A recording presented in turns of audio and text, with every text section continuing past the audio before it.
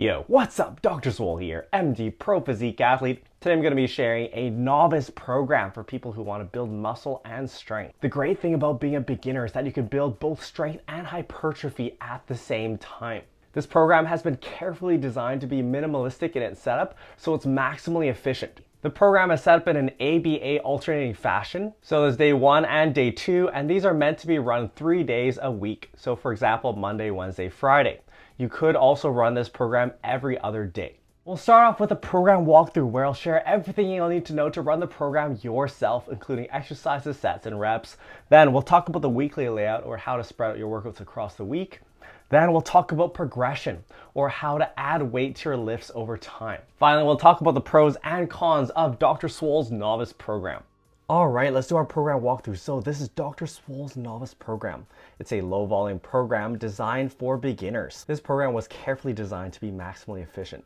Every exercise has been put in here for a reason, and I'll be explaining that reasoning now. We've got day 1 and day 2. You'll be alternating between these 2 days. Here are the exercises. There are the sets and reps. Here are the total number of sets for each workout, and here are the total number of sets for each muscle group each week. Note that this is assuming you'll be using this workout 3 days a week, for example, Monday, Wednesday, Friday. So for some weeks, you'll be doing day 1 twice, and for some weeks, you'll be doing day 2 twice. So the sets per week will vary. Starting off with day 1, first of all, we have bench press for the chest, 3 sets. And we're using a top set back off method here.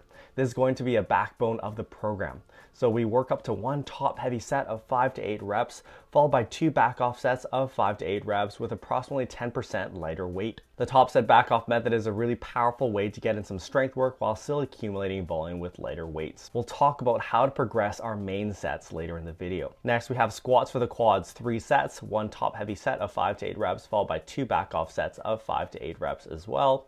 Then we have Romanian deadlifts, just 1 top heavy set of 6 to 10 reps. This is a minimalistic program and you really don't need that much volume for your hamstrings, at least at the beginner level. Next we have T-bar rows for the back, 3 sets, and we're also using a top set back off method here. So 1 top heavy set of 6 to 10 reps, followed by 2 back off sets of 6 to 10 reps with lighter weight. Then we have line bicep curls for the biceps, 3 sets of 6 to 10, and you can superset these on a bench with easy bar skull crushers for the triceps, 3 sets of 6 to 10. Line bicep curls are like incline curls, except you set the bench all the way flat. Notice that I choose stretch-focused exercises here. There is research coming out to say that stretch under load is important for hypertrophy. So these exercises are going to give you the most bang for your buck. When you're developing a minimalistic program, you really want to focus on the most efficient exercises. These will get you sore, but the good thing is you're only doing them on alternate days and with low volumes as well. Romanian deadlifts are an awesome movement for the hamstrings, and they'll also carry well over into deadlift strength. T-bar rows are an awesome heavily loaded row variation, and I think they work well for strength development. Plus, the technique is a little bit easier to master than barbell rows. I really like having arms together, especially when you can superset them. This is a great way to save time without sacrificing productivity. Going on to day 2, we start off with dumbbell overhead press. This mainly hits the anterior delts, but also hits the upper chest and triceps a bit. 3 sets, and we're using a top set back off method again. 1 top heavy set of 5 to 8 reps, followed by 2 sets of 5 to 8 reps with lighter weight. If you have strength goals in the overhead press, you may want to use a barbell overhead press, but I personally like dumbbell press here. I think the technique is easier for a beginner to get a handle on. Plus, when you have your dumbbells out to the side, it gets a bit more side delts than a military press would. Side delts are really important for aesthetics, and this is ultimately a power building program. That is, we want to build both size and strength. A lot of strength athletes end up being deficient in their side delts, and if you want an aesthetic physique, you really need to have them. Then we have deadlifts for the glutes and hamstrings. You're just going to work up to 1 main heavy set of 5 to 8 reps. And this plus that single set of RDLs should be enough to progress you quite well. Then we have leg presses for the quads, 3 sets of 6 to 10. Close grip bench press for the chest and triceps, 3 sets of 6 to 10. I think close grip bench press is a killer tricep exercise. It's very underrated in that sense. And if I had to choose only 1 tricep exercise in a minimalistic program, I'd probably keep this one in and drop easy bar skull crushers, just because I think you'll get more bang for your buck with close grip bench press. It has such a high capacity for overload. It will also work as a very good accessory movement for your bench press. So it will help you to develop that strength Pressing is a skill and it's one you want to train frequently. So you'll see we're basically benching 3 times per week in this program. For close grip bench press, I'd recommend keeping your grip width around shoulder width. Then we have weighted chin-ups for the back, 3 sets of 6 to 10. If you're just starting out and you're not strong enough to do full chin-ups, you can start off using an assisted chin-up machine or using bands for resistance. And the idea is that you would systematically reduce the amount of assistance you're getting until you're doing regular chin-ups. And then eventually you would start adding weight using a dips belt.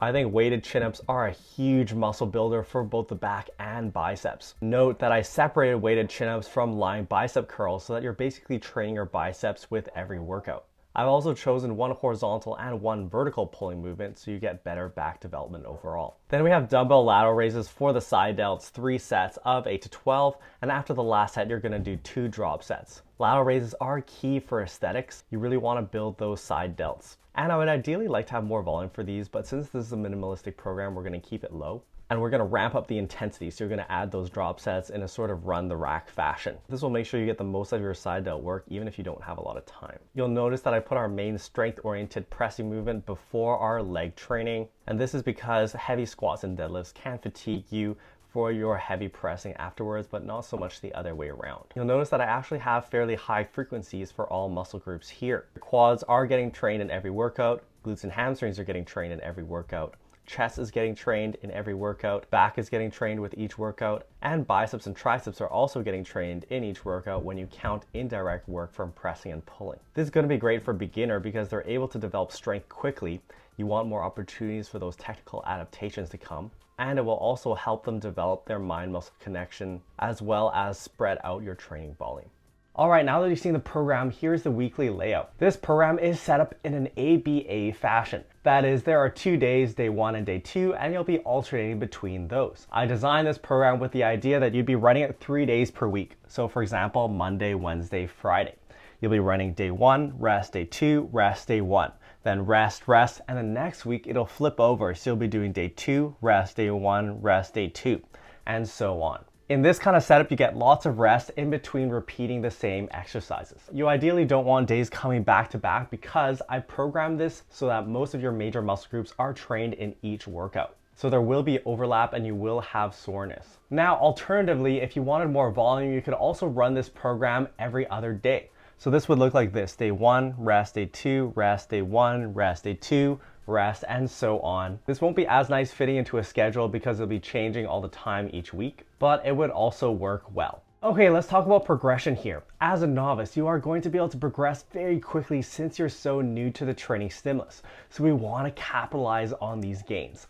This is going to be a rapid rate of progression. So for your squat, bench, and deadlift top set, you're going to aim to add 5 pounds per workout. So every time you're squatting, benching, or deadlifting, you're going to be trying to add 5 pounds to what you were doing before. You want to start off conservative. So I gave the 5 to 8 rep range. You want to start off aiming for the higher end of that rep range, so 8 reps, and you want to be able to very comfortably get that. Then as you add weight, eventually the reps will trickle down. The top set is basically an AMRAP, or as many reps as possible. You'll be adding 5 pounds to every workout, but eventually you won't be able to get the same number of reps. So the rep range will drift down from 8 down to 5. Linear progression like this is the fastest way to progress and is my favorite for novices. The problem with linear progression is eventually you're going to stall. So when you stall, you reset. Here's how to recommend resetting. You subtract 10% of the weight and then you continue adding 5 pounds per workout as we were doing before. Since the top set is an AMRAP set, or as many reps as possible, when you subtract weight, you should be able to get more reps, and ideally more reps at that lower weight than you were able to do before. As you continue adding weight again, you should be able to surpass the place where you stalled last time. Now note that this progression is directed towards the top set.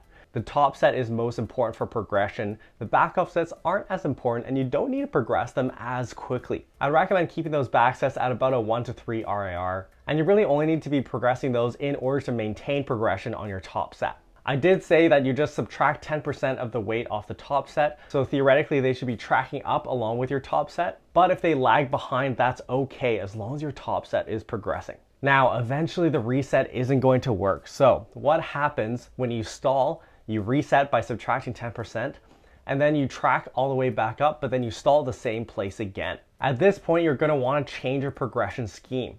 So I'd recommend just slowing it down, so now you're just adding 5 pounds every other workout. Keep in mind that this point will happen at different times for different lifts. So for example, at some point you might be progressing your bench press every other workout while you're still progressing your deadlift every workout. This progression model mainly applies to your main lifts, the squat, bench, and deadlift. With everything else, you ideally want to be adding a rep or adding weight with every workout. Know that this progression model applies to the squat, bench, and deadlift. For the other exercises, I'll leave the exact progression model up to you, but in general, you want to be progressing weight or reps with every workout. Let's talk about the pros and cons of Dr. Swole's novice program. First of all, with the pros, this program is highly efficient.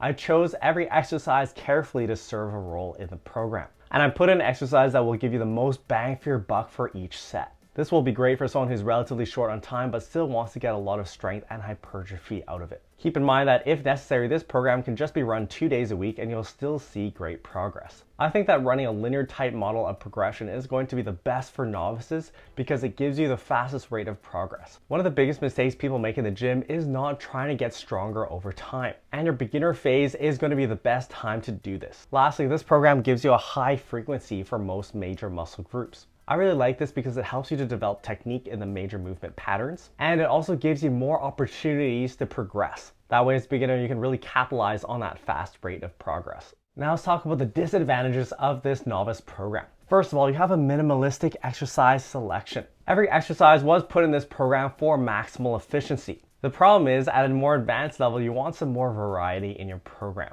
This will ultimately help you get more complete development of your muscles. But I started this because at a beginner level, it's actually a good idea to keep things simple so you master your basic movement patterns and develop strength in them. So I don't necessarily see this as a problem for beginners, but for more advanced people, you will want more variety. Next, this program has low volumes for the side delts. I tried to address this by adding in some drop sets on the time you do lateral raises. But in a really minimalistic program, you are going to start sacrificing those small muscle groups. And speaking of small muscle groups, calves are not in this program. This actually is a big problem for someone who really wants to develop a complete physique. I left it this way because I want this to be a maximally efficient program for someone who's really short on time. But for example, you could always superset in some calf raises in with your lateral raises. I will be sharing this full program as an Excel file in my Facebook group.